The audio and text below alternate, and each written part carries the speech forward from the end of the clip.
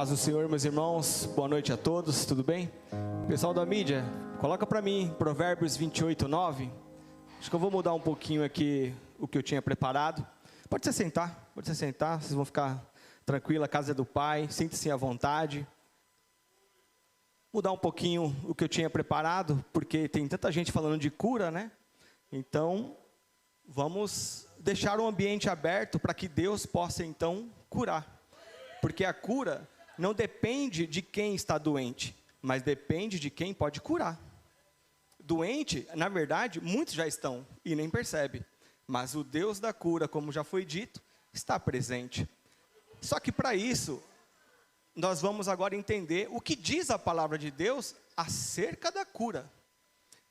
Provérbios 28:9. O que desvia o ouvido para não ouvir a lei, até mesmo a sua oração se torna abominável. Quem sabe o que é abominável? Deus faz uma referência sobre o final dos tempos de um cara, ele chama ele de abominável da desolação. É algo realmente desprezível. Para ter cura, só precisa de um ambiente onde Deus pode trabalhar. E Deus só pode trabalhar onde há a sua palavra. Aqui diz que aquele que desvia o ouvido de ouvir a lei, no original está escrito, aquele que desvia o ouvido de ouvir a Torá. Porque a Torá não envolve só a lei, envolve também salmos, envolve também cânticos, envolve também genealogia, envolve também histórias. Por exemplo, qual é a nossa maior referência de oração? O Pai Nosso, certo? Vamos recitar só a primeira frase? Todos juntos? 1, 2, 3. Somente até aí.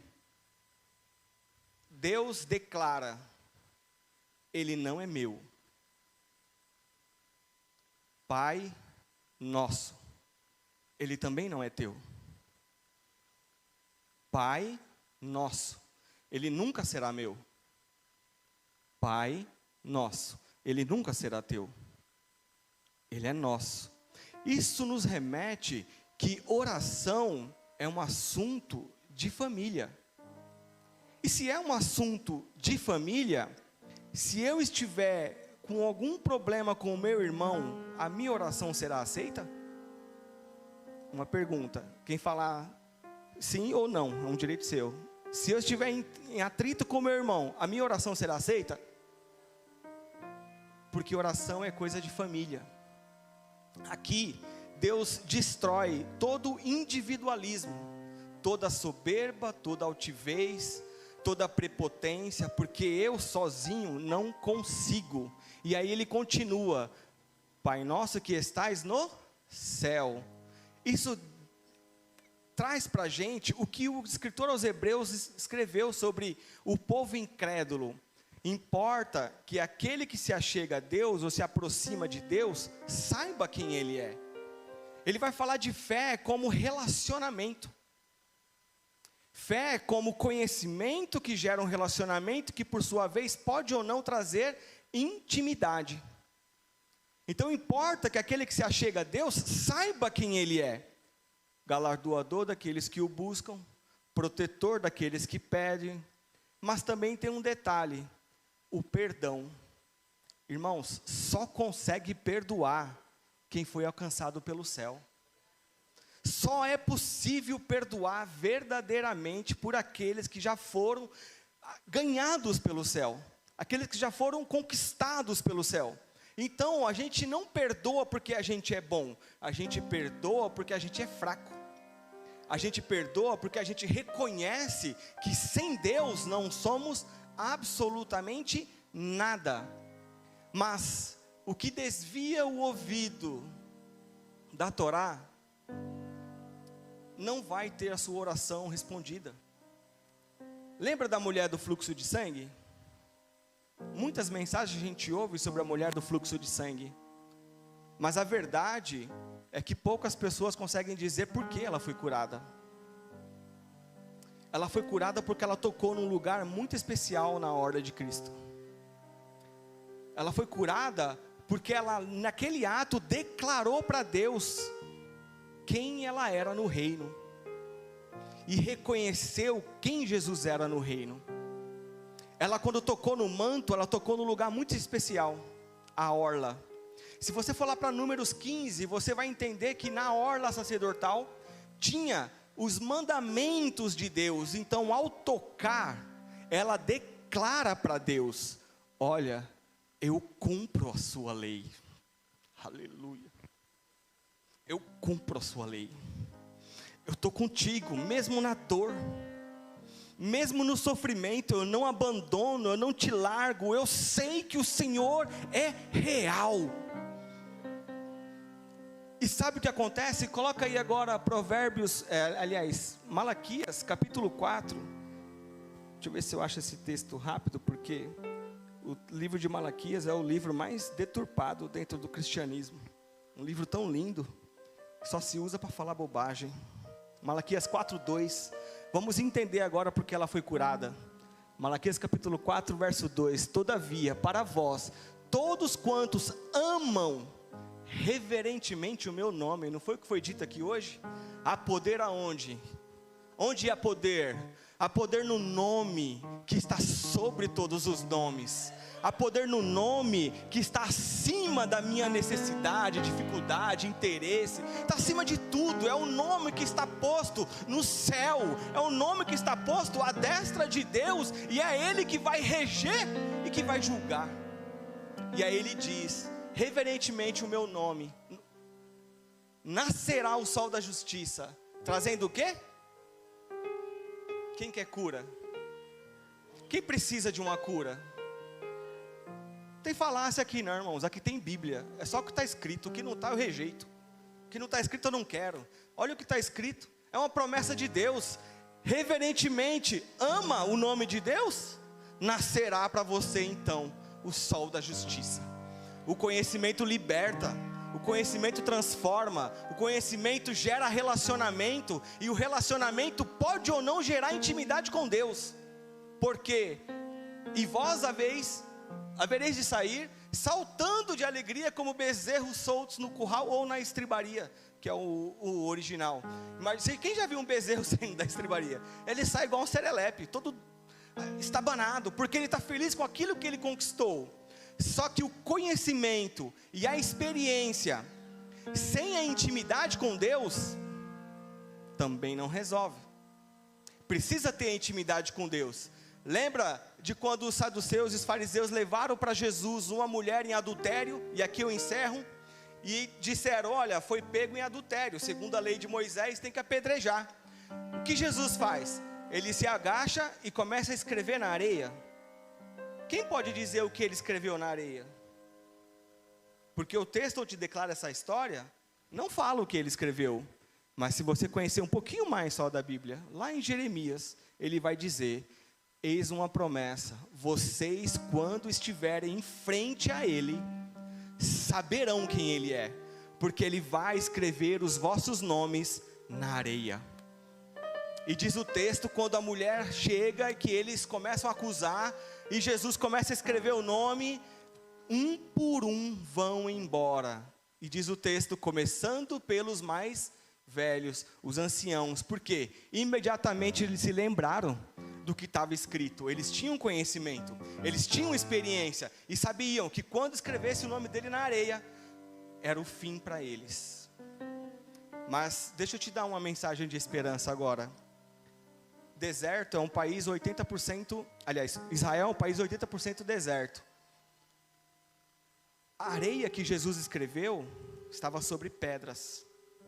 Se Cristo tivesse ali escrito o nome deles na pedra, ninguém conseguiria tirar. Mas o fato de Cristo ter escrito o nome deles na areia significa que só basta um sopro do Espírito Santo para tirar toda aquela areia e nos dar uma nova chance de revivermos uma nova história. Então nesta noite, reviva uma nova história. Esse é o meu desejo, o meu coração. Paulo, quando vai falar sobre Davi, ele fala que Davi cumpriu o propósito na sua geração. O propósito que eu tenho a cumprir na minha geração é disseminar conhecimento. Conhecimento que liberta, conhecimento que gera relacionamento. Relacionamento que aí vai depender de você gerar ou não intimidade. E tendo intimidade com Deus, vai viver em novidade de vida sempre. Que Deus possa nos continuar dando graça, misericórdia e sabedoria para vivermos esses tempos difíceis ainda na presença dele. E eu encerro com uma frase de J.A. Parker, que disse em seu livro Conhecimento de Deus. Ele diz: conhecer a Deus é crucialmente importante para a nossa vida. Para aqueles que não conhecem a Deus, o mundo é um lugar estranho, louco, espantoso, penoso, e viver nele é algo decepcionante e desagradável. Despreze o conhecimento de Deus e você terá sentenciado a si mesmo a passar a vida em tropeços, como cego, como se não tivesse nenhum senso de direção e não entendesse nada daquilo que está acontecendo ao seu redor, de modo a desperdiçar a sua vida inteira e perder a própria alma. O abandono do conhecimento de Deus, ou o negligenciar da busca pelo conhecimento da natureza de Deus, ou em quem Deus é, pode nos levar a desperdiçar a nossa vida até o fim. Não despreze o conhecimento de Deus. Abra sua Bíblia em casa, leia, releia, estude, medite, trabalhe e conquiste, mas esteja pronto para subir a qualquer momento. Deus abençoe. Ó Deus de Israel, eu sei que não vinha a este mundo para adorar outro rei. Os leões estão rugindo sem parar. Meu louvor incomodou a todos que são contra ti, ó Jeová. Nada pode intercalar o louvor do meu coração.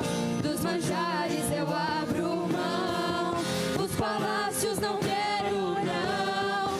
Eis-me aqui como Daniel, com os olhos focados no céu, com o risco de morrer, pois o que importa é lhe obedecer. Senhor, não vou dividir a minha adoração. Exclusivo é o meu coração, vivo só pra ti. Não abro mão do céu, até diante da morte, prefiro ser fiel.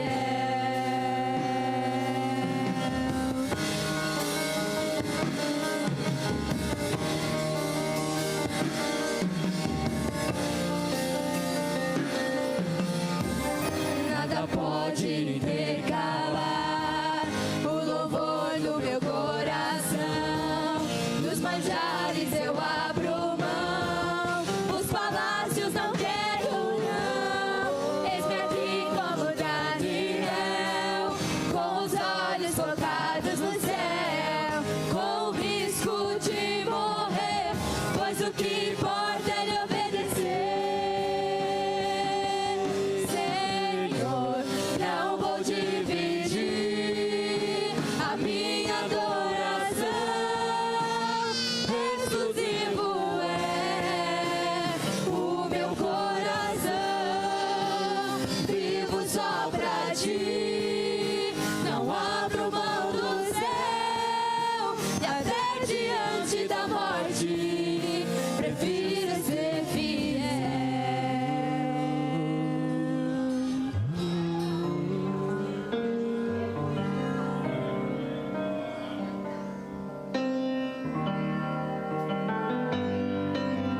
Aquele que habita no esconderijo do Altíssimo, a sombra do Onipotente descansará. Direi do Senhor, Ele é o meu Deus, o meu refúgio, a minha fortaleza.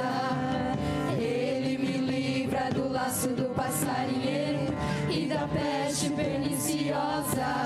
Ele me guarda com suas suas penas, e debaixo de suas asas estarei seguro. Eu não temo um espanto noturno, nem seta que voe de dia, nem peste que ande na escuridão, nem mortandade que assole ao meio-dia.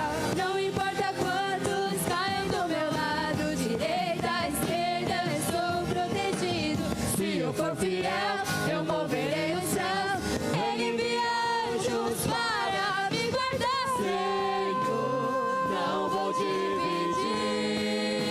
a minha adoração,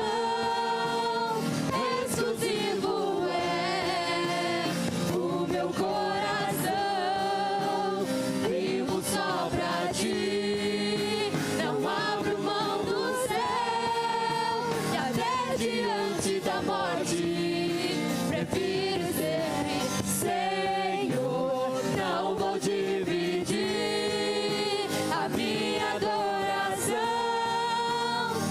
exclusivo é o meu coração, vivo só pra ti, não abro mão do céu, e até diante da morte prefiro ser fiel.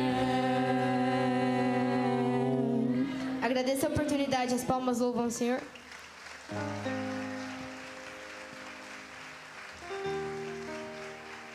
A paz do Senhor, irmãos. Meu nome é Henrico e estou muito feliz de estar aqui novamente. Essa oportunidade aqui que o Ed me deu. Podem se sentar, irmãos. Irmãos, para agilizar, eu gostaria que todos aqui pudessem abrir suas Bíblias no livro de Efésios, número 6, verso 11.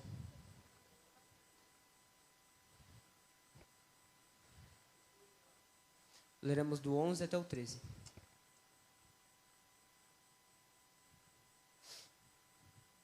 Todos já abriram? Amém. Irmãos, eu vou ler aqui só para agilizar aqui o tempo, tá bom? Porque está meio curto. O verso 11 diz assim: revesti-vos de toda a armadura de Deus, para que poderdes permanecer firmes contra as ciladas do diabo.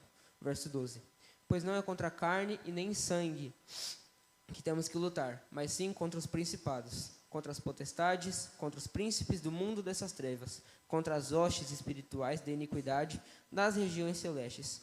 Portanto, tomai toda a armadura de Deus, para que possais resistir no dia mau, e havendo feito tudo, permanecerdes firmes. Irmãos, eu gostaria de ler aqui o 12 de novo, só para frisar bem ele. Pois não é contra a carne e nem sangue que temos que lutar, mas sim contra os principados, contra as potestades, contra os príncipes do mundo dessas trevas, contra as hostes espirituais e da iniquidade nas regiões celestes.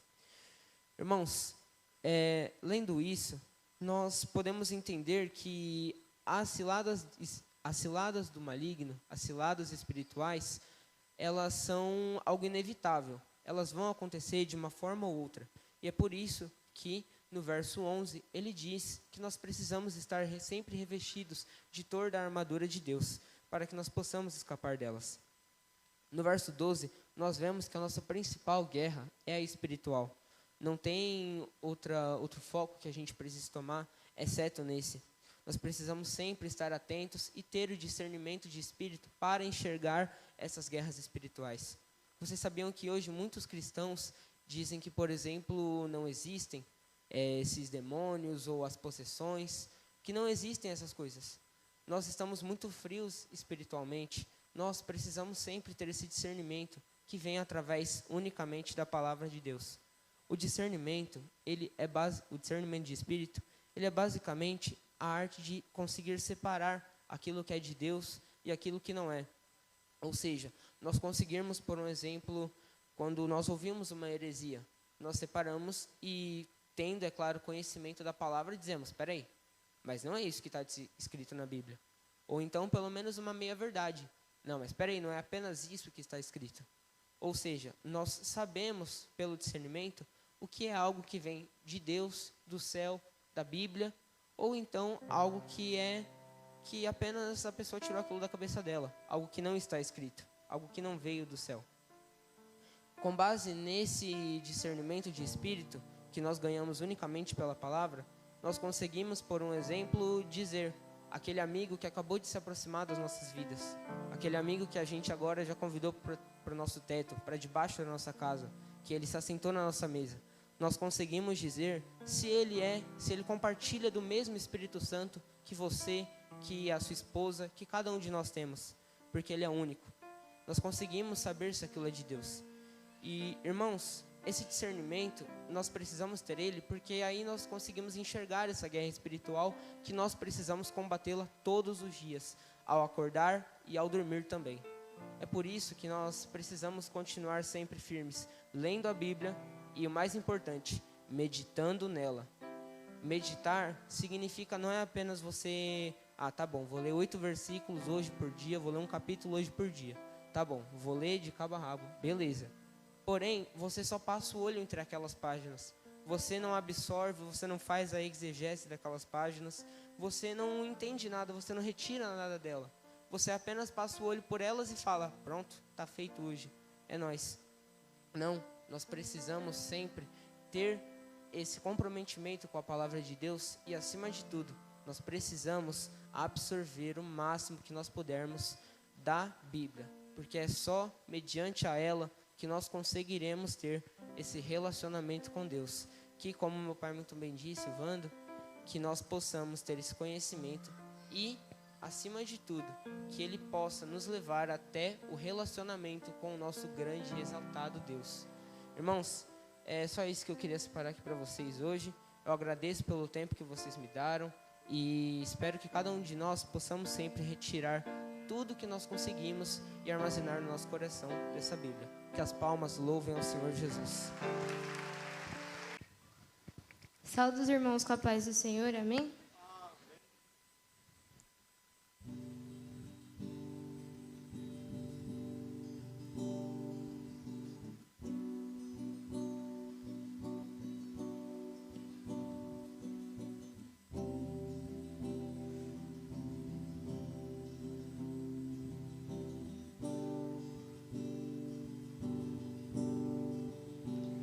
Eu largo tudo pra viver o tudo. Eu largo o erro pra viver Jesus. Eu largo a vida pra viver a tua. Oleiro me refaz.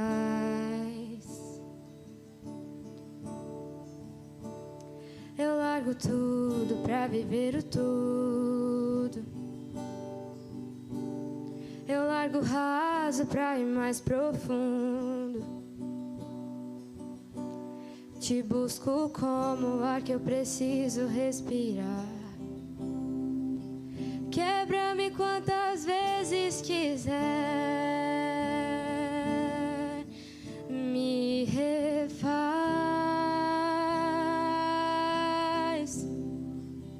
Me refaz.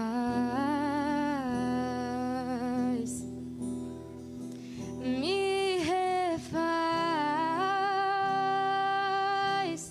Me ensina a ser como tu és, Jesus.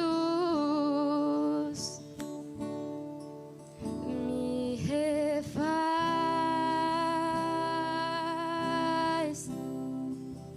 Me refaz.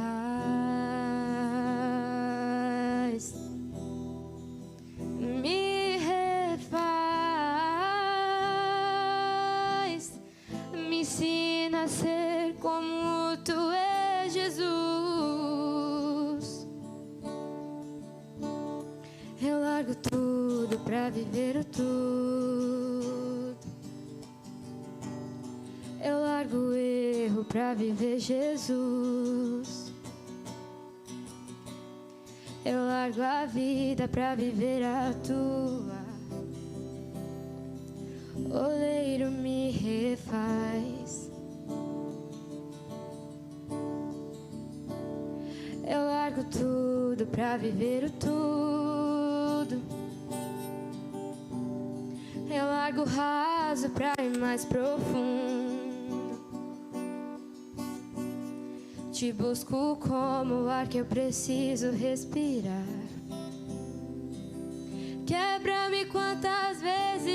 quiser, me refaz,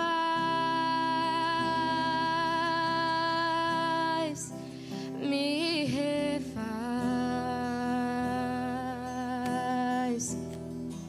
me refaz, me ensina a ser como tu és, Jesus.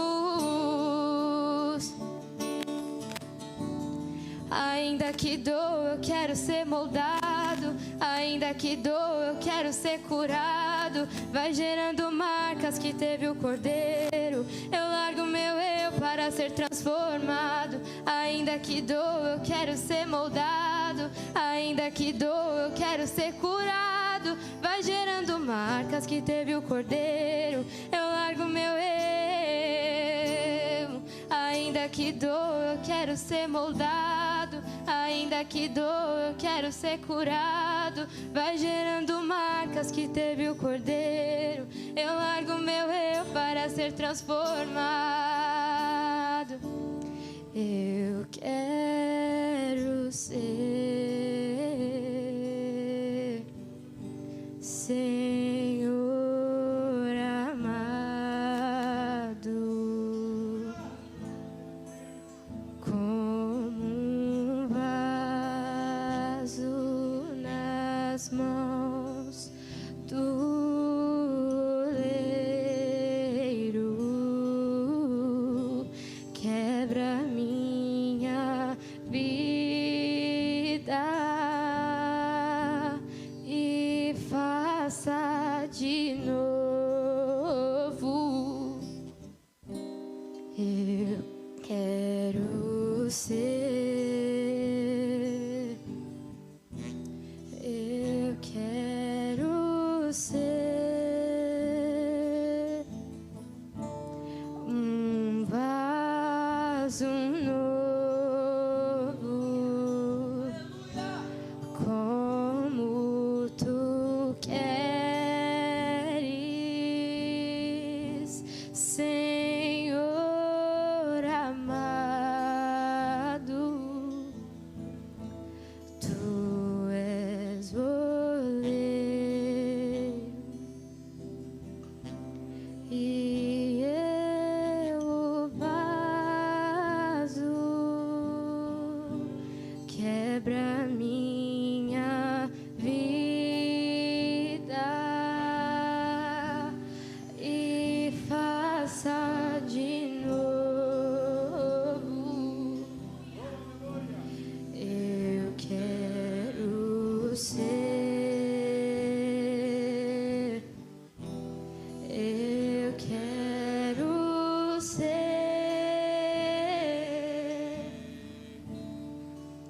me refaz,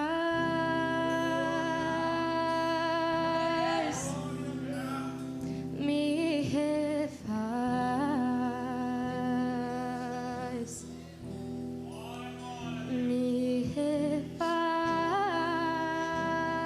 refaz, me ensina a ser como tu és, Jesus. Agradeço a oportunidade, as palmas louvam ao Senhor.